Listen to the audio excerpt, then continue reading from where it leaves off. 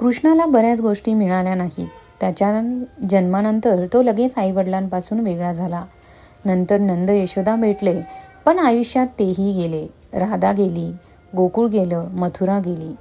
त्यांच्या आयुष्यात काही ना काही निसटतच गेलं. कृष्णाने आयुष्यभर त्याग केला, पण तो अगदी आनंदाने. ज्याला कृष्ण समजला त्याच्या आयुष्याचा सोहळा झाला. आयुष्यात काही सोडावं लागलं तरीही खुश कसं राहायचं हे कृष्ण शिकवतो. कुरुक्षेत्रावरच्या कृष्णनीतीपेक्षा या गोष्टी जास्त व्याकुळ करतात. आयुष्यात बाकी काही नाही जमलं नाही तरी कृष्ण बनून हातातून निसटलेल्या गोष्टींचा, क्षणांचा, स्वप्नांचा, आठवणींचा सोहळा करता आला पाहिजे.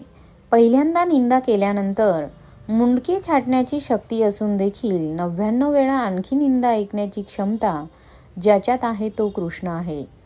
सुदर्शन चक्रासारखे शस्त्र जवळ असून देखील हातात नेहमी बासरी आहे तो कृष्ण आहे. द्वारकेसारखे वैभव असून देखील सुदामासारखा मित्र आहे तर तो कृष्ण आहे. मृत्यूच्या फण्यावर उभारलेला असून देखील तो नृत्य करतो तो कृष्ण आहे. सर्व सामर्थ्यवान असून देखील तो सारथी बनला तो कृष्ण आहे.